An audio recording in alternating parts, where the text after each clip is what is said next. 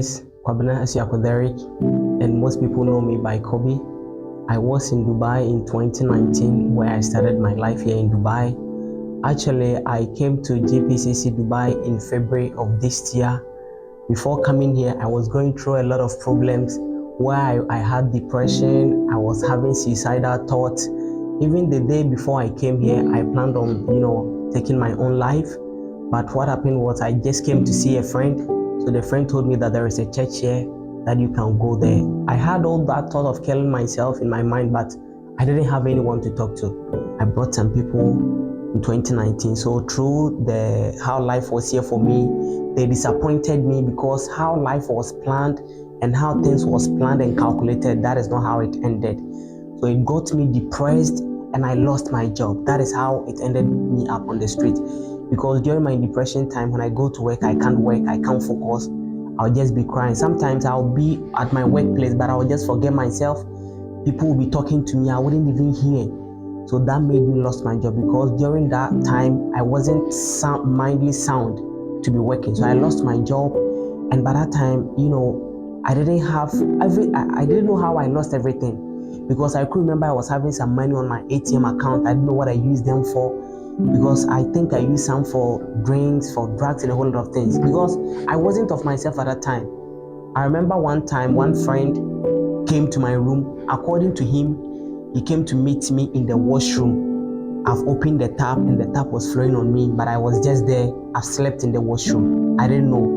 So it was the following day that he brought a video and showed me. He was like, man, what is wrong with you? You can't kill yourself, So I lost everything that I had.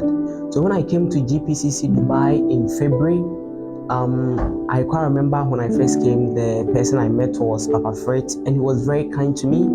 I was very thirsty. I asked him water. How he gave me water, I was like, wow, this man, he was older than me, but he was like, please. Oh, I developed, some attitude and some love over here. The Bible studies that we had also really touched me, which prevented me from having that suicidal night, because I've already planned everything.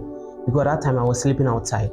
I didn't have anywhere to sleep. I didn't have anywhere to stay. No one to even be with me.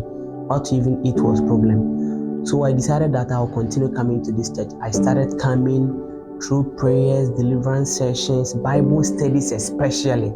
When you come, the studies that we have mostly at that time were encouraging me, giving me hopes. And when you come here also, the people here, they are very familiar. You can talk to anybody. Sometimes I will come to church like maybe 2-3 days, I haven't showered, but when you come, the people you meet them, how they will connive and be with you gives you hope that you are somebody. Unfortunately for me, I had one sister here, Rosette. When Pastor went for his dad funeral, Minister Rosette came and gave a Bible studies one Wednesday evening. I remember that message vividly. That message was what really changed my life. That message, took away my suicidal thoughts in my mind. That message, that actual message, because, it was talking about hope, and it made me know that no matter what I'm in, no matter the situation, whatever I'm going through, I still have hope. And also, the people that I got them around me at that time,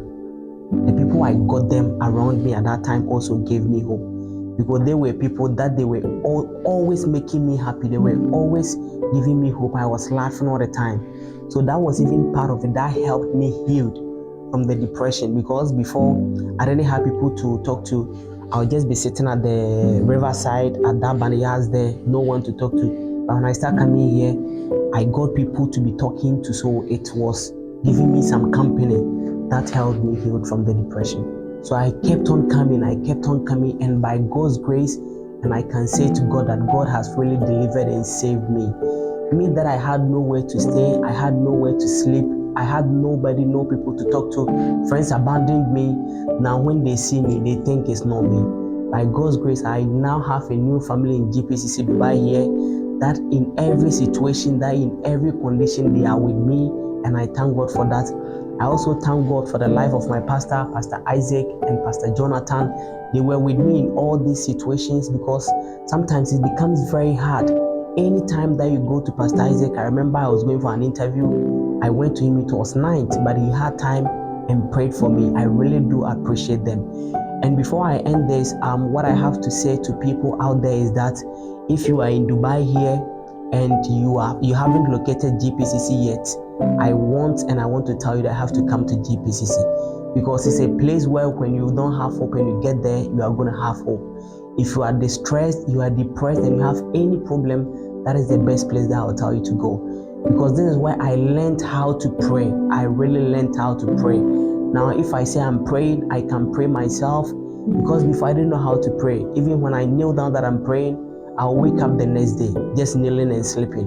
But now I can pray myself, because in this church, we pray in the morning, we pray in the afternoon, we pray in the evening.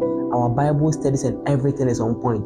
So I encourage all those my friends out there on the street just to try and locate GPCC Dubai, and their life will never be the same. Thank you.